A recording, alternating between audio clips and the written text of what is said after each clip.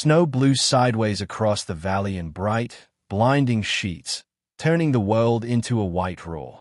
Dark figures were scattered across that emptiness, tiny, broken commas on the sprawling page of the mountains. Men hugged shallow snow scrapes, pressed behind overturned sleds and half-buried rocks as machine guns stitched lines across the drifts. Mortars thumped from the ridges, the impacts walking closer, tearing geysers of ice from the valley floor. The air was thick with the muffled thunder of explosions and the low, constant hiss of wind. "Contact! Both ridges! Both ridges!" Someone screamed over the radio, the words shredding into static halfway through. Other voices tried to cut in and were swallowed by interference. Just fragments punched through. "Zeroed. Need a corpsman now. Can't see them. Can't." Then a rising howl and nothing but white noise. 206 to 7 SEALs. 4 task units. Nearly 300 of the most dangerous men on Earth, pinned in the snow like insects under glass. They had rolled into the valley that morning believing they were the hunters. Now, the geometry said otherwise. Up above the rippling haze of blowing snow, an F-35 orbited in a shallow, frustrated circle. The jet was a smooth, dark arrow against the hard blue sky, leaving only a faint smear of vapor as it banked. Inside the cockpit, the pilot, call sign Vega, watched a screen full of lies. GPS was degraded. Terrain-following data kept blinking between green and amber as satellites fought through the storm static. His targeting pod stared down at a gray-white smear, full of false shadows. No infrared contrast, no clean shapes. Half the time, the ground looked like the sky. "Ground, Viper 1. I need a laser, any laser. Give me a mark," he said, fighting to keep his tone level. Static answered. The occasional fractured syllable rose through the hiss. 0, grid, bracketed, then vanished again. The jamming band was thick and dainty, crawling over every frequency he tried. Down in the valley, squad leaders pressed radios to their ears, fingers numb inside their gloves, eyes burning from the reflection off the snow. Short-range handsets worked for seconds at a time, then cut out as if some invisible hand was squeezing their throats. Hand signals blurred in the blowing white, officers waving their arms in patterns only half their men could see. A mortar dropped into the snow 20 meters away from a cluster of sleds and snowmobiles. The world blinked white on white. When the plume cleared, one of the sleds was upside down, its tracks still spinning. The platoon leader who had been straddling it was nowhere whole. Pieces of his gear, helmet, rucksack, a torn sleeve with rank tabs, were scattered in a halo around the crater. "Bravo 3 is down. Bravo 3 is." The transmission chopped off as another shell hit, close enough to rattle teeth and skulls. Leadership was ripping apart as fast as the machines that had carried them here. Men who were used to moving on tight, clean commands were now getting none that lasted more than a second.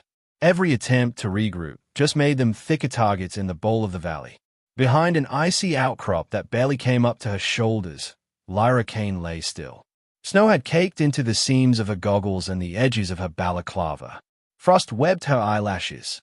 She could taste cordite and the metallic tang of blood at the back of her throat, even though her own body was still unmarked. Her rifle was pressed into the snow in front of her, angled slightly down, muzzle clay. She wasn't firing. Not yet. She wasn't yelling into the radio either. She was listening. Through the hiss and crackle poured into her ear by the clipped-down handset. Through the stuttering rhythm of mortar impacts and the long, stitched rattle of guns on the ridge. Through the ragged breathing of the men to her left and right as they tried to make themselves smaller against the frozen ground. She closed her eyes for half a heartbeat and built a mental map the way she always did. Sound first, then time, then space. The mortars were walking their way inward from the edges of the valley. The heavy guns were firing slightly downhill, overlapping fields of fire so that a man scrambling out of one swath of bullets would run headlong into the next. Classic kill box. Textbook perfect. Except they'd been the ones who had written the textbook. A spray of snow cracked against her rock, pebbles stinging her cheek. Someone behind her cussed and pressed a gloved hand to a fresh gouge in his armor. Extraction window is done. A voice barked to her right, just behind the rock. Commander Hargrove, not the overall task group lead, but the senior officer still upright in this slice of the valley. He'd lost his helmet somewhere. His gray hair was matted with sweat and frost. We're not getting birds in here with this weather and that level of fire. We hold here, we consolidate what's left, or we get overrun as we try to move. Lyra opened her eyes.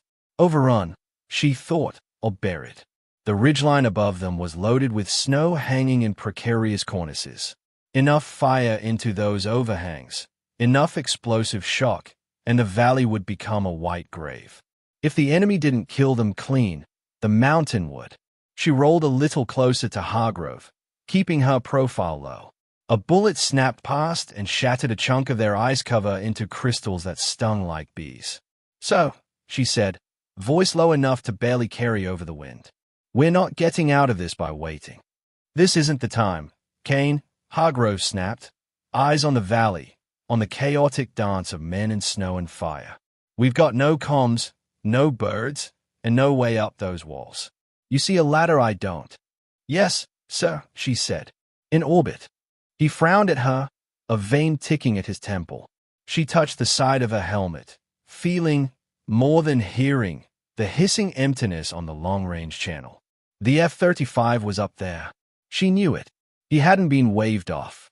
He was circling and watching nothing. We have one asset with line of sight, she said. We just can't use it properly. Not on the modes as got cleared. Another burst of gunfire raked across the snow. Closer this time. Someone screamed. Hargrove flinched, the sound digging into him like shrapnel. Sir, Lyra said, I'm requesting authorization to employ the blacklisted mode. The men huddled nearby turned their heads as if a new explosion had gone off. Even in this maelstrom, the phrase cut through. Hargrove stared. You can't be serious. I am. She held his gaze. Her eyes were light, washed out by the glare, but steady. We light him up. He lights this place up. That mode is banned, Hargrove said. By treaty. By our own doctrine. You know why. After a catastrophic incident in the fjords, yes, sir, she said quietly. I know the briefing. I also know we're 3 minutes from catastrophic incident here. We are blind. He is blind. That mode was built for terrain like this. He looked away from her, back at the valley, where another sled erupted under a mortar hit. A man crawled away from the blast, one leg leaving a dark trail on the snow. If we use it, every listening post on the planet will know exactly where we are, Hargrove said, and exactly what we're still willing to do. If we don't, Lyra said, there won't be anyone left alive down here to be embarrassed. He didn't answer. His jaw worked. Political calculus played behind his eyes. Career risk, headlines, briefings, deniability. The ghosts of nameless meetings back in rooms with polished tables and bottled water. Lyra watched him wrestle with it. This was the moment, she knew, the fulcrum between dying correctly and living wrong. She thought of a different valley, years ago, and a different fight. She thought of the folded letter in her breast pocket and the patch sewn inside her gear where no one could see it. Standing there as a junior officer, knowing the plan didn't match the ground, saying nothing because it wasn't her place.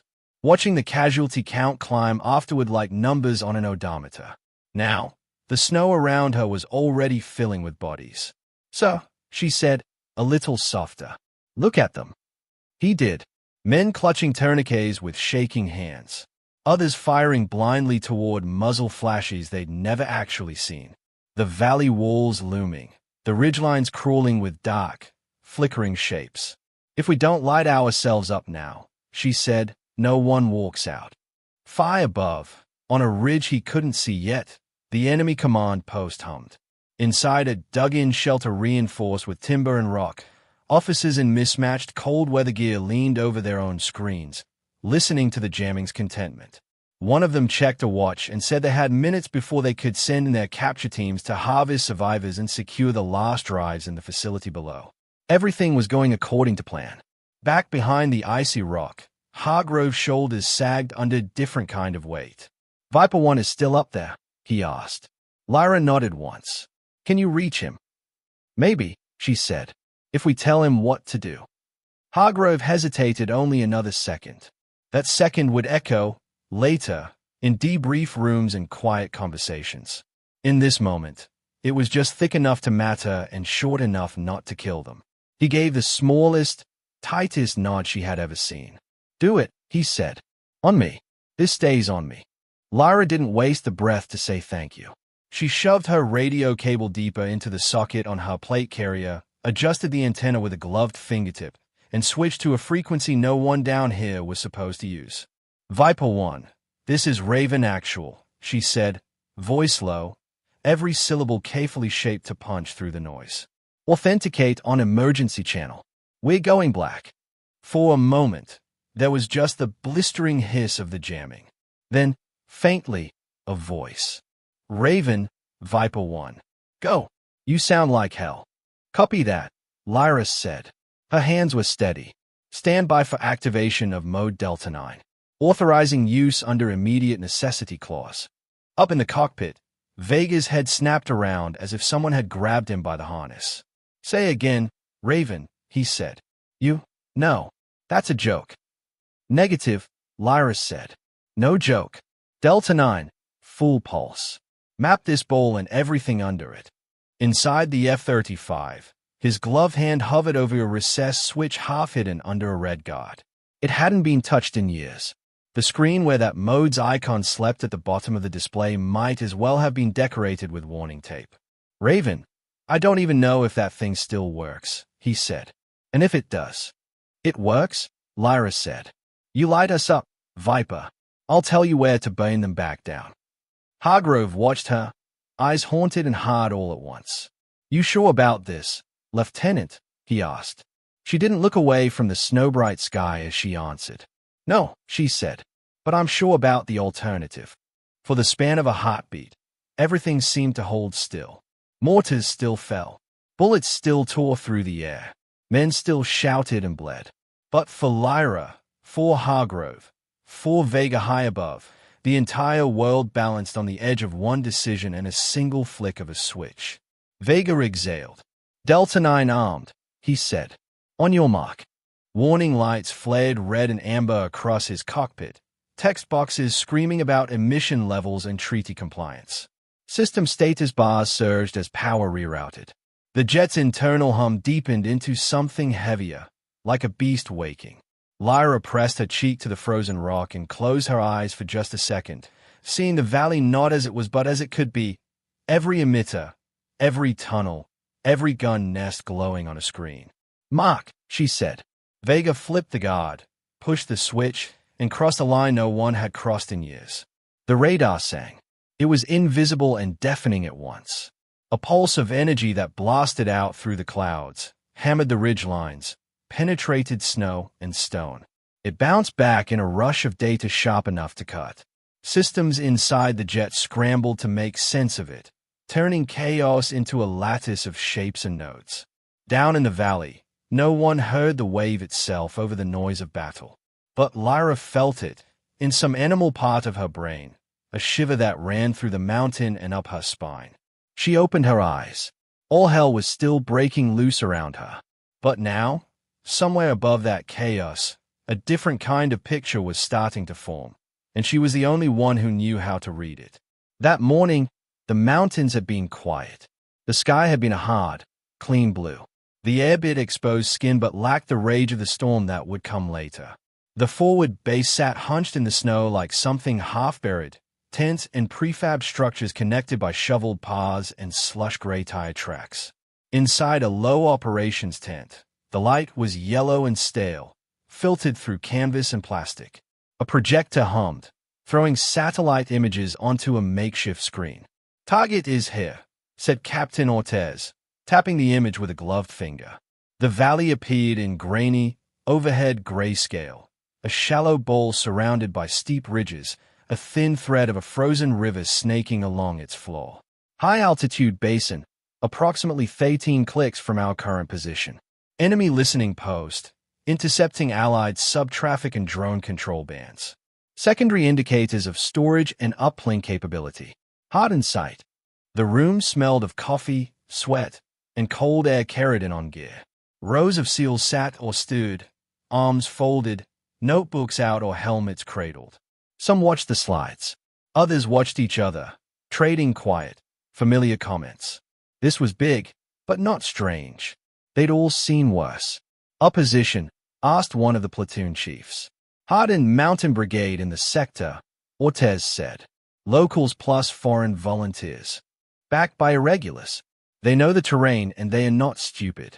But we're not walking in the front door. We own surprise. We own the numbers. We own the tech. They're expecting raiders. We're bringing 4 task units and full overwatch. The screen flicked to a different angle, a digital elevation model.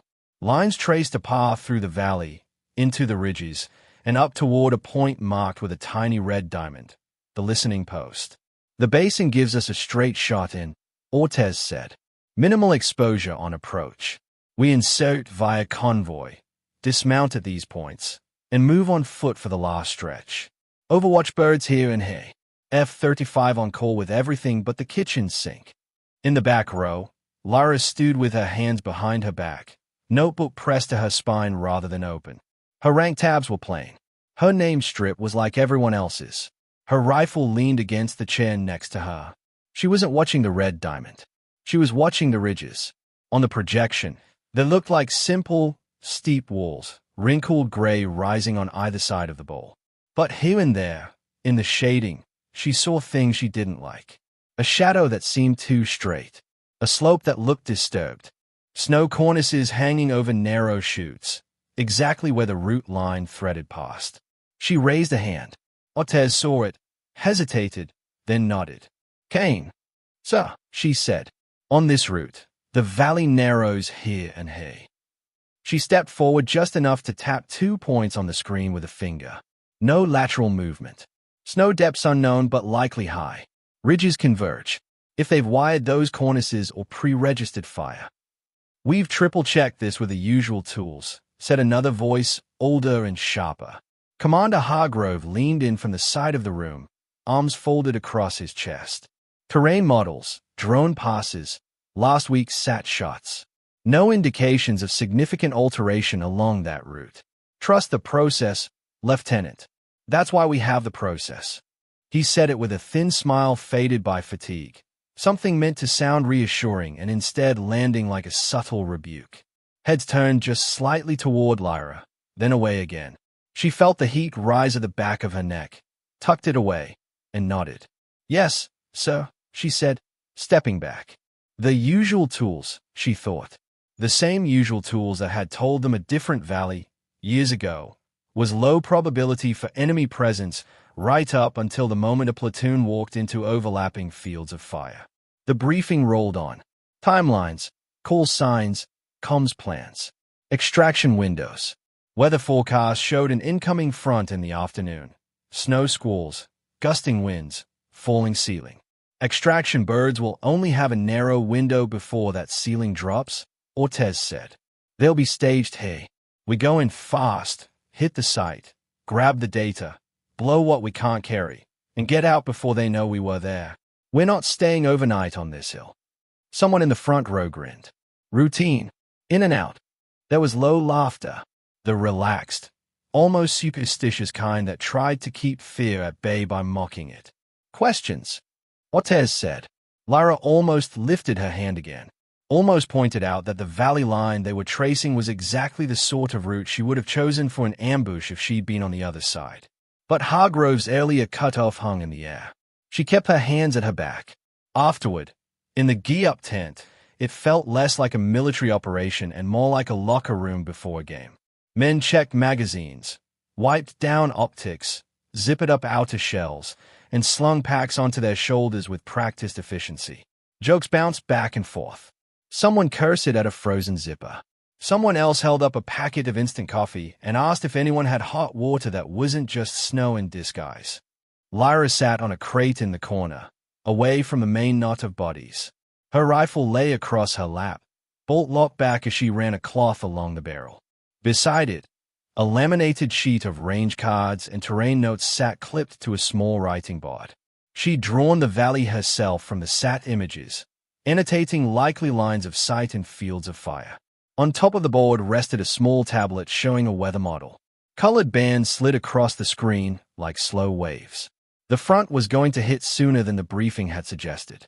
The shift in wind direction alone made her stomach tighten. "Well, you look like someone who's having fun," said a familiar voice. Chief Navarro dropped onto the crate beside her, armor creaking. He was one of the few who remembered her from before, from that ugly mission she didn't talk about. The lines around his eyes had deepened. "Just reading the tea leaves," Lyra said. Navarro glanced at the screen. "Storm's gonna be nasty. Winds, heavy snow bands, sudden drops in ceiling," she said. "Bad for small birds. Even worse for big ones. Good for people who want us deaf and blind." He smirked. "We've got the jet. All the toys. Remember? We'll be fine. Unless the toys get taken away," she said, quietly enough that it could be mistaken for talking to herself. Navarro followed her gaze to the range cards.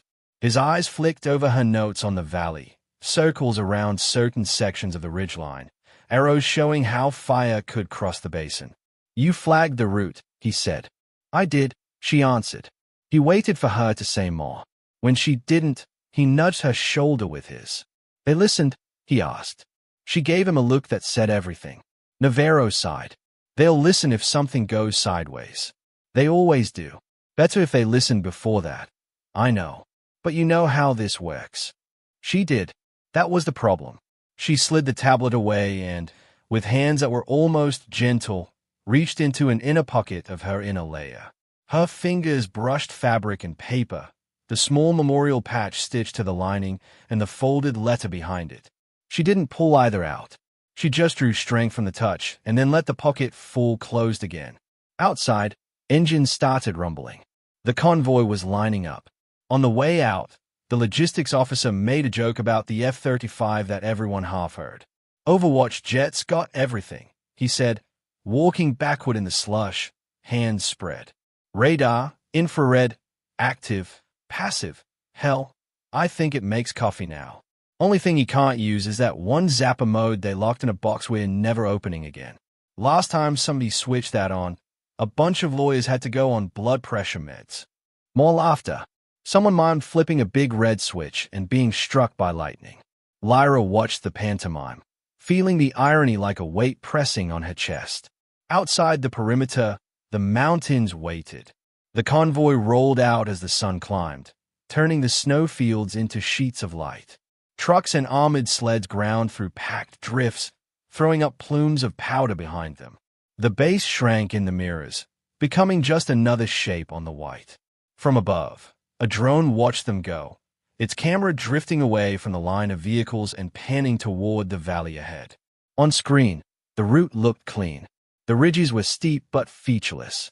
No obvious human disturbance beyond old avalanche scars and wind-driven patterns. Lyra sat in the lead vehicle, behind the driver, headset on.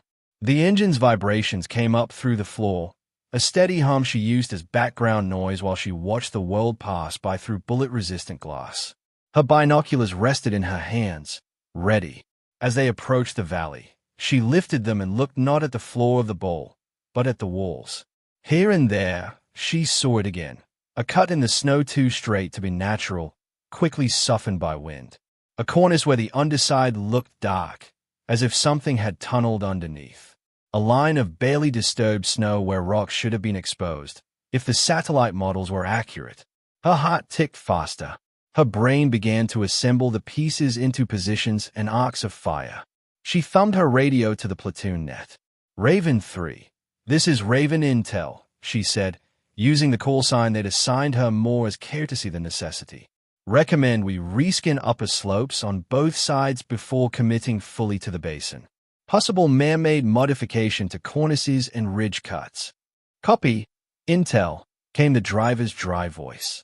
"I'll pass that up." He did. Somewhere in the lead vehicle, an officer relayed the suggestion. Somewhere else, a different officer looked at his watch, at the timeline, at the weather clock ticking down. The answer came back a minute later, a little amused and a little impatient. "Raven Intel, this is actual. We've run full recon on this route. Drones, SATS. The whole stack. No red flags. We're staying on plan. Keep your eyes open and your head down. Her request, in other words, was noted and dismissed. Lyra let out a slow breath through her teeth. She lowered the binoculars and stared out at the valley as it began to open up around them, the ridges rising higher with every meter. To anyone else, it might have looked beautiful. To her, it looked like Jaws. The convoy snaked into the basin under that hard blue sky. Snow glittered. Visibility was perfect. The river along the floor was frozen, a pale ribbon threading between the vehicle tracks. The valley widened just enough to invite them in, then began to narrow again. Above them, shadows moved on the ridges. Men in white suits adjusted tripods and sighted optics. Hands rested on mortar tubes. Fingers weighted near triggers and firing pins. The first sign was almost nothing. On one of the overhead screens back at the base and in the F-35's cockpit, the drone feed fuzzed, froze, then blinked back in with a few extra pixels of blizzard in the corners. A heartbeat later it happened again. Viper 1, your drone feed's got some snow on the lens, a controller said, trying for lightness he didn't feel. It's clear up here, Vega replied, checking his own windows. Might be some interference near the valley. Down below, in the lead vehicle, Lyra glanced at her own small monitor and saw the interference pattern stutter across the picture. She felt the hairs on her arms lift. The pattern wasn't random. The glitch came as they crossed certain invisible lines on the ground, as if they had passed into overlapping spheres of badness. Raven Actual, Intel, she said sharply. I'm seeing repeat interference at specific intervals. Could be camouflaged emitters on the valley edges. Recommend. Her recommendation died as the world erupted. The first mortar didn't scream. It thumped somewhere high above. Then the shell dropped out of the sky and tore itself open in the snow near the lead sled. White flashed to brown as dirt and ice sprayed. The vehicle's windshield starred with cracks. Then the heavy guns opened up. From both ridges came the sound of metal chewing on ice. Tracer lines traced red-orange stitches across the valley floor. Snow kicked up in rooster tails. A man halfway out of a vehicle door vanished from the waist up in a sudden mist of red. Contact! Contact! Multiple voices shouted at once. Both sides! Both! Lyra threw herself sideways as bullets punched through the side of the truck, shredding seat cushions and shattering the window she'd been looking through. The driver swore and tried to turn them towards some semblance of cover, but there was nowhere to go. Every lateral move just exposed them to another angle. Within seconds, long-range comms went dead. Vega's headset erupted in static, then went flat. The UAV control terminal at the base spat errors and then showed only gray. What the? Vega muttered, cycling through frequencies. All he got was dirty noise, like listening to a storm through a metal pipe. In the valley, short-range radios still lived, but barely. Voices overlapped and stepped on each other. It was like trying to hold a conversation inside a collapsing building. Raven 2 is pinned. We need a corpsman. They bracketed our CCP. How the hell? Lyra scrambled out of the wrecked vehicle and into the snow, hitting the ground hard enough to drive the wind from her lungs. She clawed her way behind a small drift, bullets slicing the air above her. Men around her did the same, instinctively spreading out, but the valley was a funnel. Everywhere they lay, they were under someone's gun. The snow, moments ago soft and smooth, now looked like it was boiling. Impacts pockmarked it. Bodies rolled or lay still, dark spots on the white. She forced herself to breathe, forced herself not to respond to every scream. The mortars began to walk in. Not random, not exploratory. Each impact landed a little closer to a particular set of coordinates she recognized from the planning maps. The casualty collection point. The place they'd agreed, on the comfort of the screen, would be the best spot to gather their wounded. Her stomach dropped. They have our plan. Raven Actual, this is Intel, she gasped into the radio. They are bracketing the CCP grid exactly. Repeat, exactly. Our route is compromised. They had the full playbook. A voice cracked back through the noise. Hargrove, strained, barely audible. We know. Focus on staying alive, Lieutenant. We'll debrief the leak later, if there's a later. She pressed her helmet into the snow, squeezed her eyes shut for half a second, and listened. Mortars from the east ridge, heavy. Machine guns staggered along the west. Sniper crack on the north, picking up anyone who tried to move with purpose. It was choreographed. "We need elevation," she said into the radio. "We're inside their engagement envelope. We break it by going above it. Not leaving units isolated," Hargrove shot back. "We maintain mass. We ride this out until the birds can make a run." "The birds won't make it through that," she said, watching another mortar hit close, flipping a sled. "And the weather's ahead of schedule. So, if I can get to that western spur, I can." "Negative," he cut in. "I won't throw more bodies up the wall to die. Hold your position. That's an order." She bit down so hard her teeth hurt. Snow stung her face. One of the younger operators nearby saw the look in her eyes and flinched as if he'd looked straight into a floodlight. Above the valley, the clouds were thickening. The storm front's leading fingers were already smudging the sky. The extraction halos had lifted from their staging area, trying to beat the weather. But as they approached the basin, their pilots could see the ground only through intermittent gaps in the snow. The valley looked like a cauldron of smoke. "Raven Actual, this is Talon Flight," came a burst of broken transmission. "Weather ceiling dropping faster than forecast.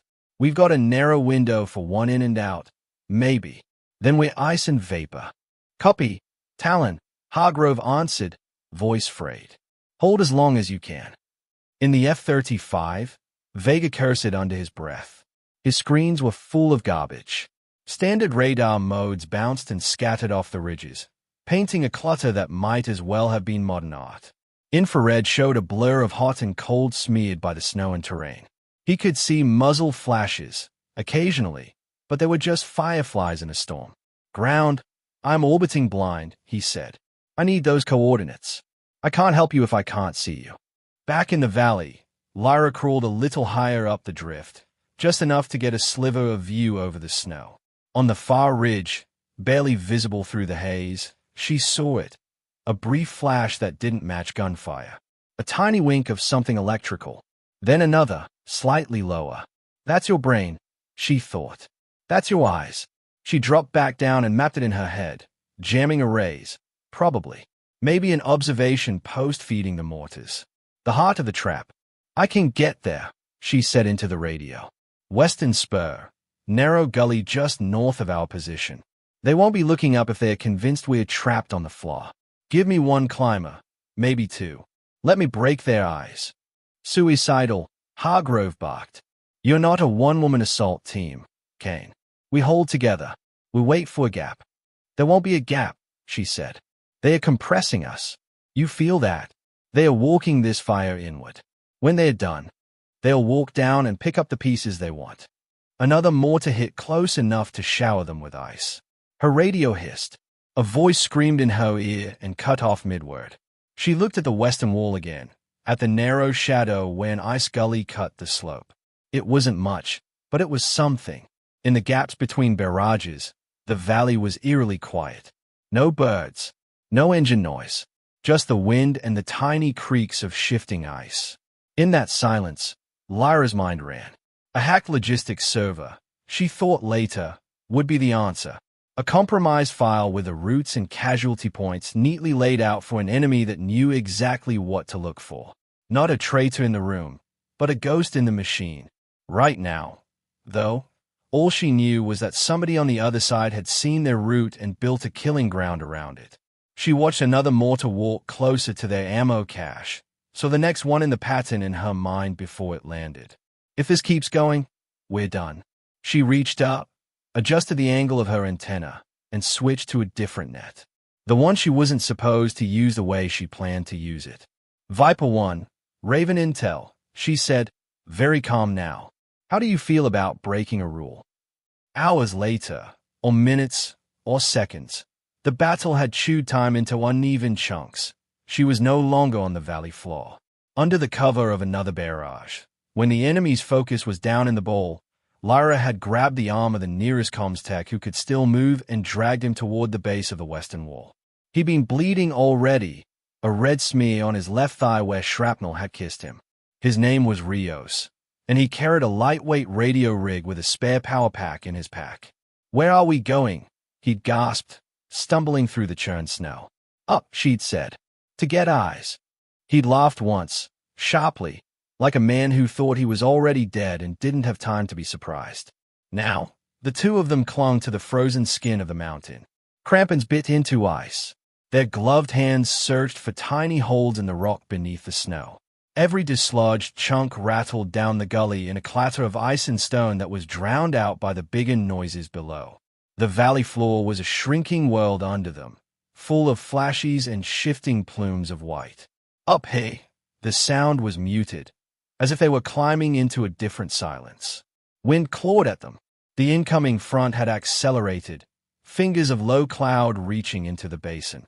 Snow began to blow sideways, cutting visibility down to slits. Pack straps tugged at their shoulders. Hoods snapped. Rios's radio crackled intermittently with the static roar of the jamming. The closer they climbed toward the ridge where the emitters were buried, the daintier the signal became.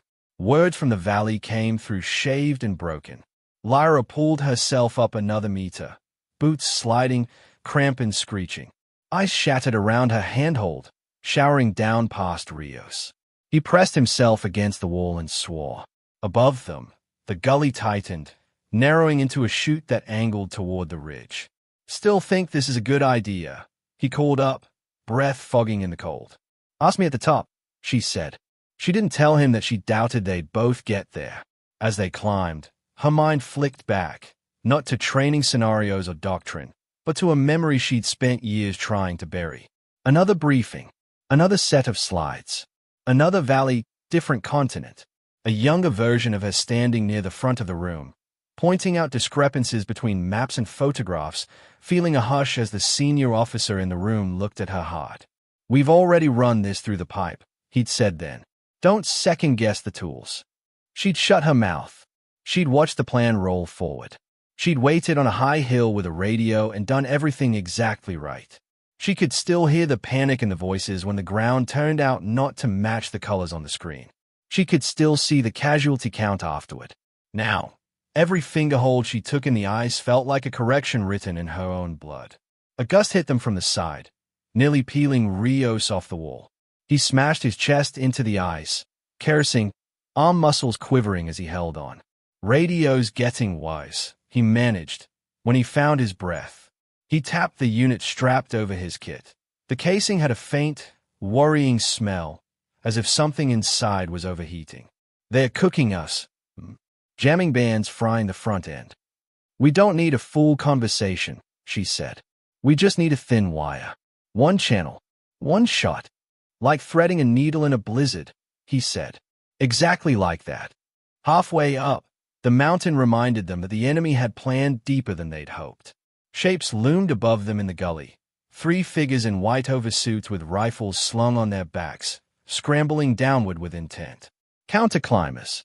The enemy had anticipated that someone might try to break the shell of their trap from above.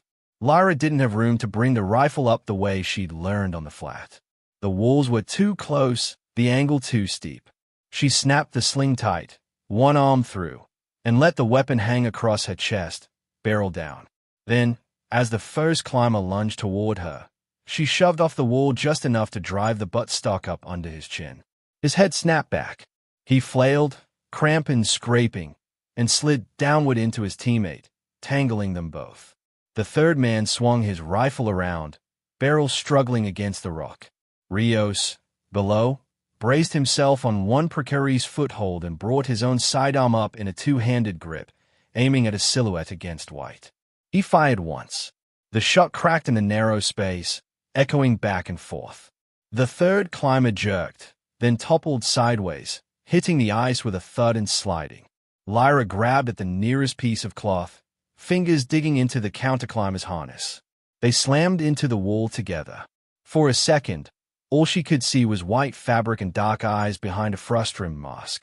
He snarled something in a language she didn't speak and drove his knee up. Her ribs rattled.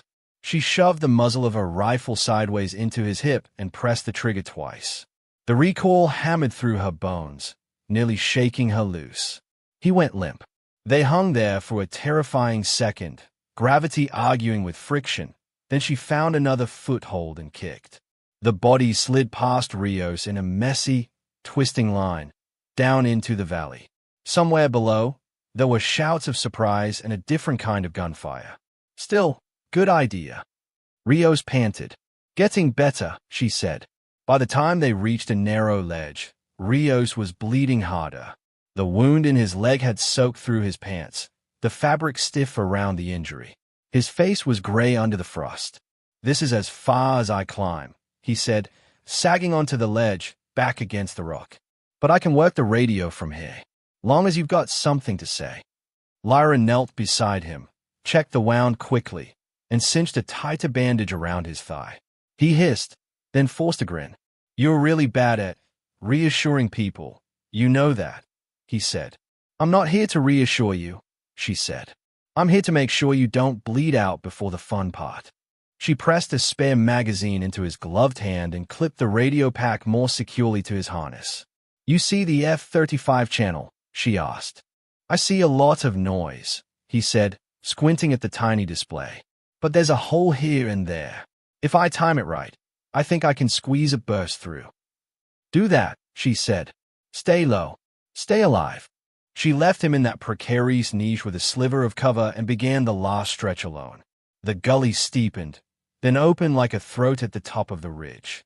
She crawled the last few meters, elbows and knees digging into the snow, keeping her profile as low as possible. Every movement was slow, deliberate. The snow here had strange shapes under it, flat areas and ridges that didn't match natural rock.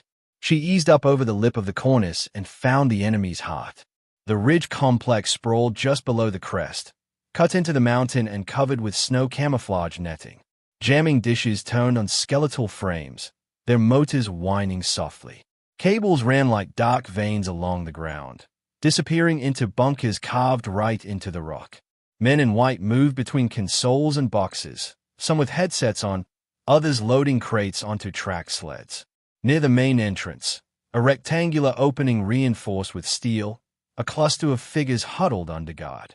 They wore different gear, some in civilian winter jackets, others in mismatched uniforms.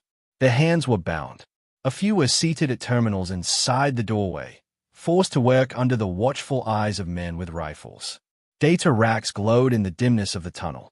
Hard cases lay open on sleds, ready to be ferried down the far side of the mountain once the harvest was complete. They're not just listening, Lyra realized. They're stealing, recording and siphoning off the live feed of submarine patrol patterns and underwater sensor grids. Enough to give whoever holds the data a new set of eyes in the deep. She watched a technician remove a drive, slip it into a shockproof case, and pass it to a soldier. The soldier snapped the case into a larger container designed to withstand a pretty serious beating. That container disappeared into a sled compartment that already held others. Below, the valley kept dying in slow motion. From this angle, Lyra saw the battle as a cruel diagram. Seals bunched in pockets of relative cover, enemy fire crisscrossing between them. Mortar arcs invisible, but predictable if you knew what to look for. The jamming field thrummed here, at its source, making the air feel thick, like bad humidity in winter. She lowered her head just enough to avoid silhouette and let herself breathe. Standard radar wasn't touching this. The F-35 was flying blind because the mountain and the weather had swallowed all the usual tricks, which left them with the trick everyone had sworn they'd bury and never use again. Mode Delta 9, the pulse that saw not just the surface but what lay beneath. The one that had, years ago, lit up a craggy coastline and a hidden submarine pen, and, in doing so, sparked a diplomatic wildfire when it fried half a town's electronics miles away and exposed assets no one was supposed to know existed. Lyra had read that file. She'd memoized the technical appendix when she probably wasn't supposed to. She knew what that mode did, and what it cost. She also knew that somewhere above her, Vega was waiting for someone to tell him it was truly necessary.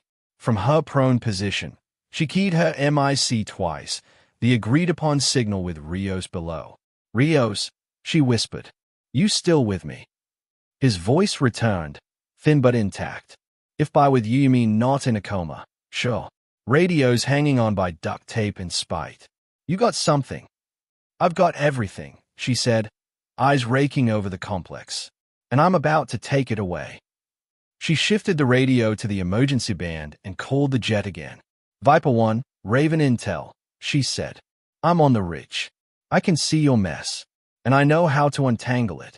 Vega's answer came back through static, but it was there. Glad somebody does, he said, because right now, all I've got is noise. She told him what she needed him to do. For a moment, he balked again.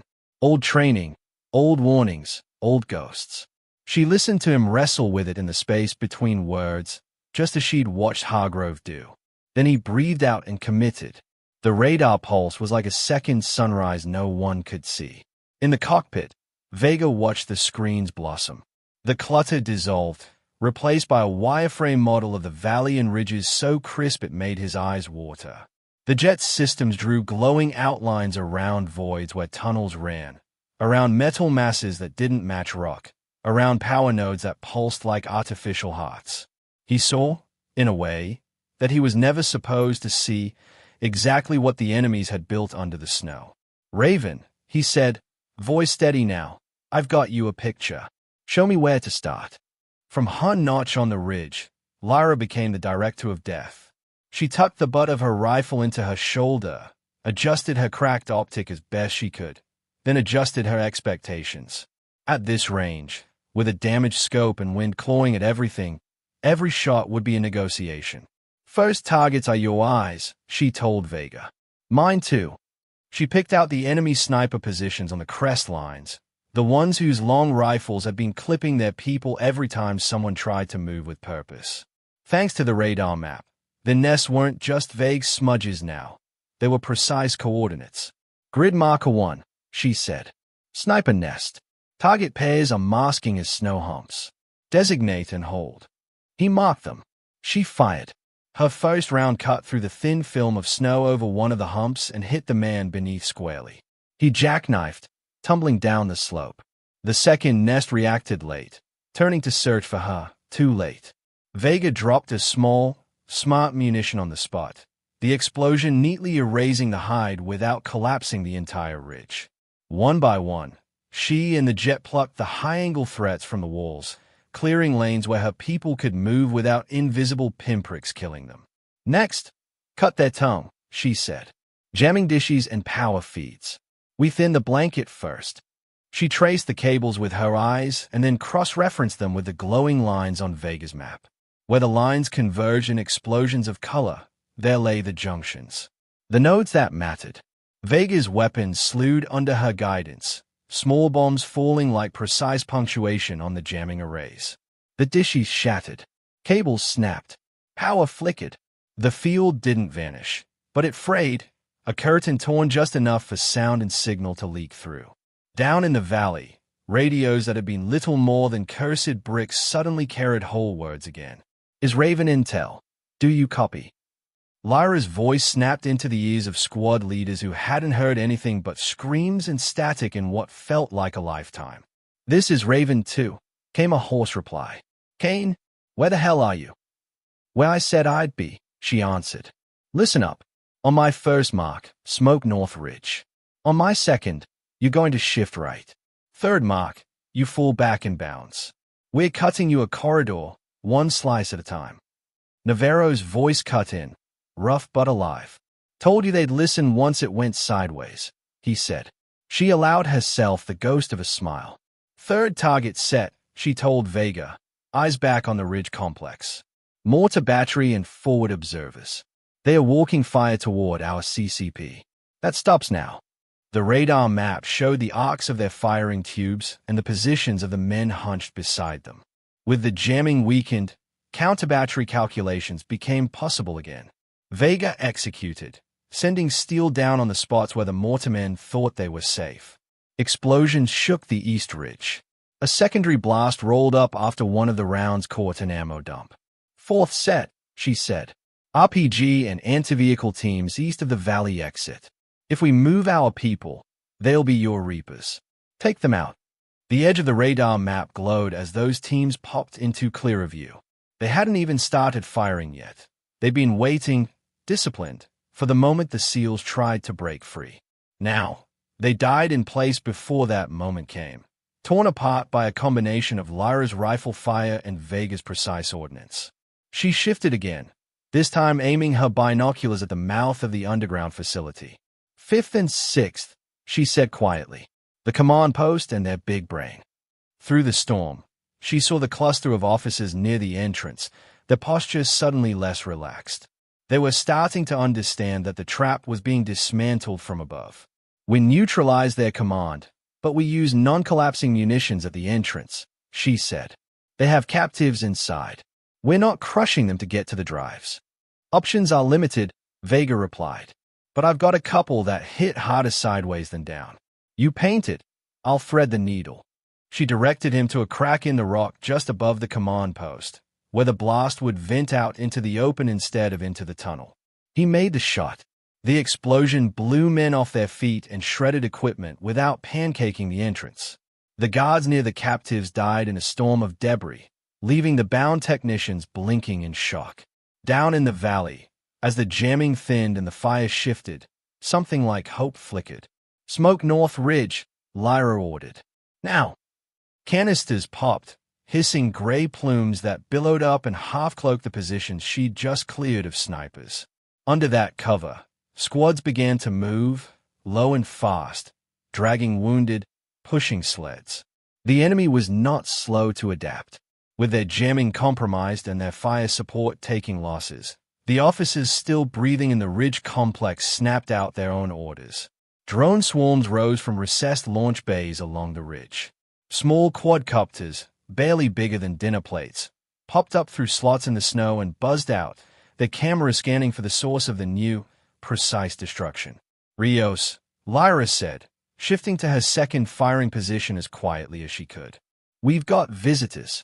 I can hear them, he said. The whine of rotors echoed around his ledge.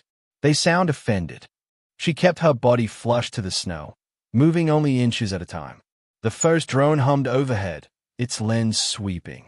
She held her breath and waited until it passed, then rolled into a shallow depression and put her round through its body when it turned back. It tumbled into the snow, sparking. Others followed. She shot some. Vega caught others with bursts of cannon fire when he could see them through the radar clutter. Enough got close, though, that one of their operators on the ridge guessed her approximate position. Fire raked the corners she'd been using moments before, sending chunks of snow and ice sliding down into the gully. Rios cursed as debris rained onto his ledge. Next time you pick a hide, he shouted up, maybe choose one that isn't under an avalanche starter pistol. Her optic fogged, then cracked fully when a near miss tore across the ridge and clipped the housing. The reticle blurred into nonsense. She flipped the scope sideways and down, using her backup iron sights instead. The world looked smaller through them, but simpler. She'd shot on irons in dunes, jungles, cities. Snow was just another awful backdrop. Her ammo count was a memory she kept updating automatically. 3 magazines, then 2.5, then 2. Rounds? She asked. Light, Rios answered. But I've got a couple I can toss your way if you want to risk me standing up. Stay down, she said. If I'm doing this right, you'll never have to fire again. It was a lie. He knew it. She knew it. But she wasn't about to tell him he might need those bullets for something closer and uglier. She checked the radar feed one more time, squinting at the tiny display strapped to her wrist. One node glowed brighter than the others now. The main power junction that fed both the remaining jammers and the doors of the underground facility. If we cut that, she murmured, half to herself, we don't just turn off the curtain. We jam their escape. She keyed her MIC, voice dropping to that tone she used when something mattered more than everything else. Viper 1, I've got a turning point for you, she said. I'm listening, Vega replied. She described the junction, where it sat under the snow, how far from a rock outcrop, the angle from her current position. The radar image confirmed it. A knot of energy, cables like veins running away. I can't hit that with a bomb without risking the tunnel, Vegas said. It's too close to the load-bearing struts. I'm not asking you to, she answered. Just give me the mark. He did, slewing a laser onto the spot. The radar highlighted it, translating it into a ghostly icon she could imagine on the ground. She took a breath, adjusted for wind she couldn't see but could feel in the way ice crystals stung her cheek, and squeezed the trigger. The bullet hit the snow and vanished from sight. For a second, nothing happened. Then the junction blew. It wasn't a fireball, just a vicious white-orange snap that threw snow and fragments into the air. The jamming dishes shuddered and stopped. Lights in the tunnel flickered. The heavy blast doors of the entrance, now cut off from stable power, jolted and then began to grind open under emergency protocols, moving to a manual mode that would take time and hands the enemy no longer had. The jamming blanket tore fully away. Every radio in the valley screamed back to life at once. Raven Actual, this is Talon Flight. We have you again. Viper 1, this is Command. What the hell did you just do to my Spectrum? Raven Elements, regroup on beacons 3 and 4. Overhead, additional drones and fixed-wing assets pivoted toward the valley. They'd been waiting at the edge of ignorance, and now knowledge was flooding in. Farther down the mountain, a column of enemy reinforcement vehicles that had been winding its way toward the valley suddenly found itself under a different kind of gaze. Armed UAVs, now able to see, struck the lead and tail vehicles, pinning the rest in the narrow road. The enemy commander, staggered by the loss of his fire support and the sudden vulnerability of his data trove, made a last, hard decision. He ordered the remaining Ridge fighters to abandon carefully prepared positions and rush the valley in an all-or-nothing charge, aiming to grab as many prisoners and drives as they could before the net closed. Lyra saw them start to move, white-clad shapes peeling off the ridges, dropping into chutes and gullies, using their knowledge of the terrain to descend fast. "We're not done," she told Vega and the ground units. "They're coming down the walls now. We turn their own choke points against them." She shifted her priorities, now calling fire on the exits of the gullies rather than positions on the crests. Mortars and bombs hit the spots where the assault teams had to funnel, turning them into slaughterhouses. Her rifle picked off those who slipped through. Every shot chosen, not wasted. Down below, the SEAL squads moved with new coherence. Smoke obscured their shifts. They bounded in teams, covering each other, sleds dragging wounded behind improvised shields. Navarro's voice cut in and out, barking distances and directions. "Talon Flight, this is Raven Actual," Hargrove called, now sounding like a man who had seen a miracle and decided to bribe it for one more. "We've got an open corridor and about 200 people still on their feet. We need your rotas now." "Copy, Raven," came the reply. "Weather's closing fast. We can give you one hard in and out. You'd better be at those markers." Lyra's breath steamed as she kept firing, buying seconds, buying meters. A round grazed her upper arm, hot pain blooming and then settling into a distant throb. She tucked it into the same mental box where she kept her fae. The first helicopter's rotor noise reached the valley like the sound of an approaching train. The storm tried to swallow it. Snow blew in great sheets as the bird forced its way down, pilot flying by instruments and ghostly guidance from Vega. Lyra watched from above as the first wave of survivors reached the landing zone, staggering shapes, some carrying others. The helicopter settled, skids sinking into the snow. Men piled in. The bird lifted, heavy and laboring, disappearing into the gray. A second bird followed, then a third. There would not be a fourth. Icing was already gathering on their rotors. The ceiling was dropping to a point where any aircraft still hanging around would be an unwitting experiment in ballistic snow landings. Lyra stayed on the ridge, firing until her last full magazine was nearly gone. "Rios," she called. "Status." "Still hey," he said, voice faint and thin. "If the mountain wants me, it's going to have to ask nicely." "You've done your job," she said. "Hold tight. We're about done." The enemy assault climbers, the ones who had survived her earlier ambush, finally got eyes on her position. They crested the ridge just as the last helicopter flared into the valley for pickup. Lyra heard the crunch of boots on ice behind her and rolled, bringing the rifle up, firing twice. One man went down. Another dove sideways, tackled her around the waist. They slid together toward the cornice. She felt the snow give way under them, the world tilting. For an instant, weightlessness. White sky above, white ground below, no horizon. Then a rough impact, half on rock, half on drift. The enemy fighter grabbed a handful of her gear, trying to drag her over the edge. She clawed for a hold and found it, a buried branch, a jut of frozen stone, something solid under the snow. They hung there, suspended over the drop, their breaths loud in each other's ears. From the valley, the last helicopter lifted, rotors chopping the storm. Later, she would remember that moment as a thin slice of time, no thicker than a heartbeat, where everything could still have gone the other way. When she woke, it was to the hum of engines and the antiseptic smell of a military aircraft. The ceiling above her was low and curved, lined with cables and panels. The world rocked gently. Pain thrummed in her arm and along her ribs. Her face felt raw where the mask no longer covered it. She turned her head, vision swimming, and saw Rios on the stretcher next to hers. His leg was wrapped in so much bandage he looked like he'd grown a second thigh.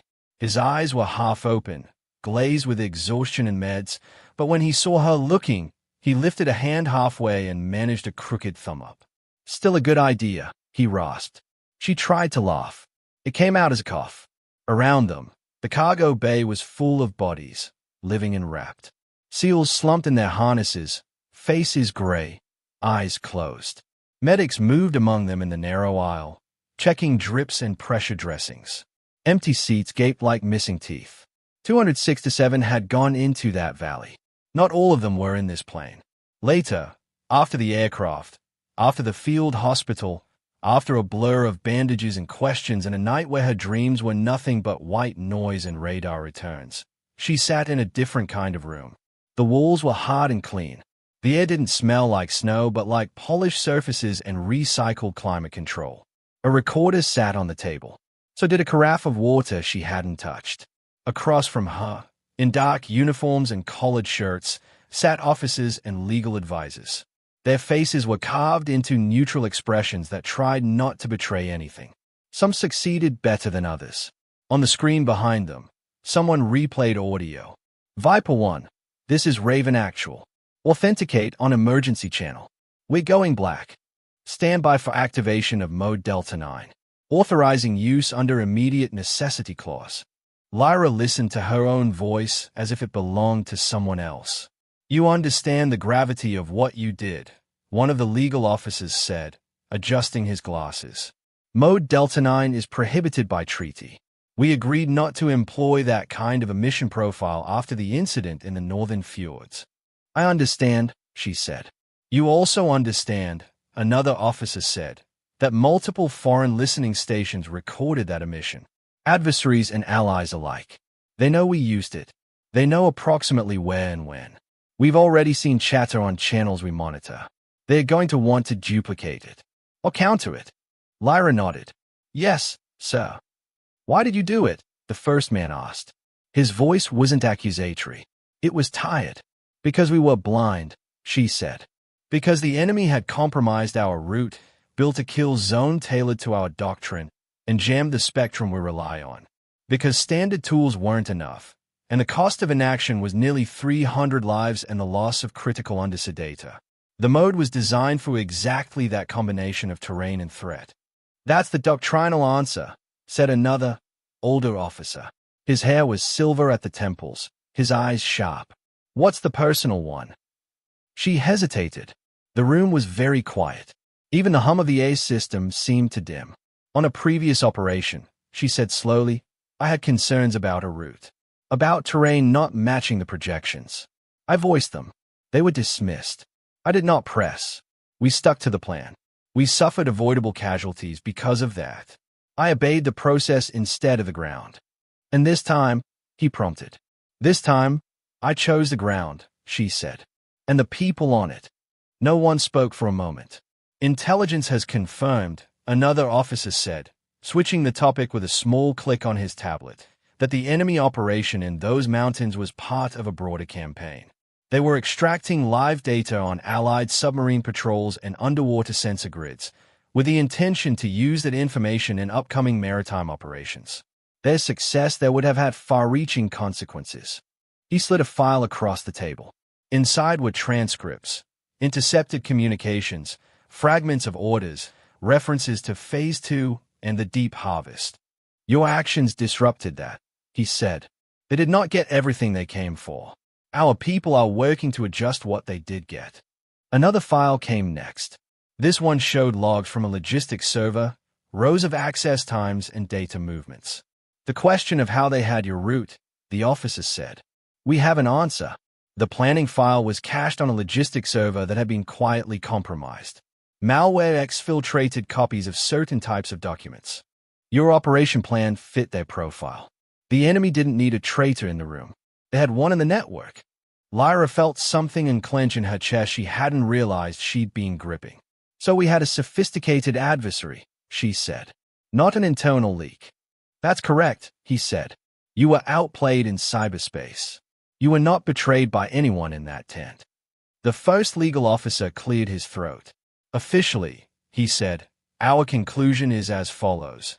Your employment of the prohibited radar mode was non-standard and in violation of doctrine, but justified under the immediate necessity clause given the circumstances on the ground. The use will be reported up the chain and dealt with at the diplomatic level. You will receive a formal reprimand in your file related to procedural violation. He paused. Unofficially, he added, there are a lot of people who are alive right now because you were willing to carry that weight. One of the senior operators in the back, Ortez, face still bruised from where debris had clipped him, met her eyes and gave the slightest nod. She inclined her head in return. She didn't trust her voice enough to speak. Later, after the paperwork and the debriefs, after the bandages were changed and the dead were named, she stood on a different snowfield. This one was quiet. The aircraft behind her idled, preparing for another flight. Survivors moved up the ramp in ones and twos, packs slung, shoulders squared in a way that said they were trying not to limp. Some stopped to look back at the mountains. Most did not. A younger operator, fresh-faced in a way that reminded her too much of herself years ago, hesitated before climbing the ramp and instead walked over to where she stood near the tail. He said, a little awkward. Lieutenant Kane. She turned her head. Yeah. He shifted his weight, boots squeaking in the snow. I heard what you did up there, he said.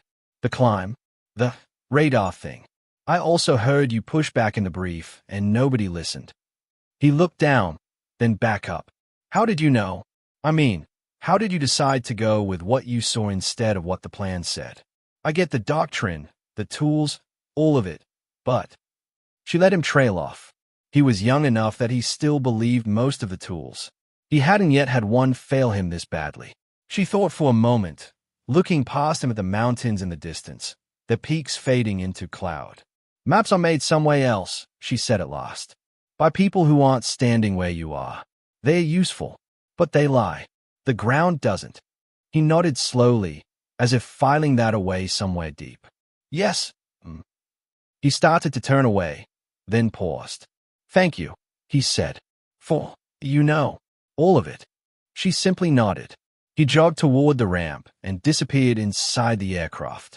Lyra stayed where she was for another minute, watching the wind blow skeins of snow across the tarmac. Her arm ached.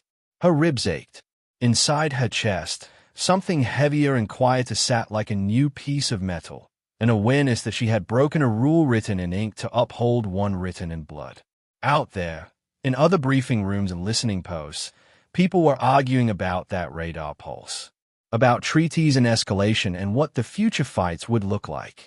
Somewhere, engineers were trying to replicate or counter what she and Vega had done in that frozen bowl. Hey, on this strip of concrete edged by snow, all of that seemed very far away. She could still see the valley when she closed her eyes, still hear the way the ground had roared when the trap sprung, still feel the moment the mountain had shivered under the second sunrise of invisible energy.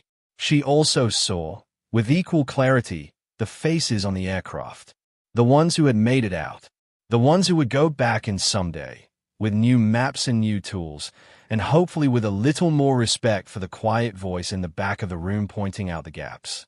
She turned, finally, and walked up the ramp.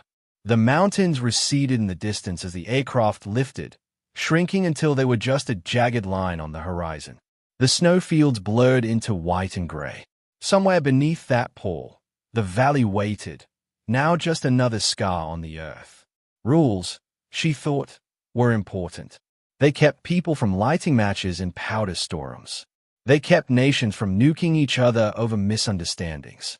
They prevented junior officers from gambling lives on untested instincts. But there were other rules too. The ones the ground wrote. The ones the dead wrote. Some of those were worth breaking the first kind for. As the plane turned toward home, Lyra closed her eyes, letting the engine's hum drown out the ghosts for a little while. Outside, snow fell over the mountains, covering tracks, filling craters, smoothing edges, erasing, as best it could, the evidence of the day when a quiet operator had lit herself and her people up like a beacon to save them from a trap built out of their own habits. The world would remember it as an incident, an anomaly, a blip on a spectrum graph. For her, it would always be the moment she decided that maps could lie. But her job was to listen to the ground, and to the voices that might never make it past the static if someone didn't fight for them.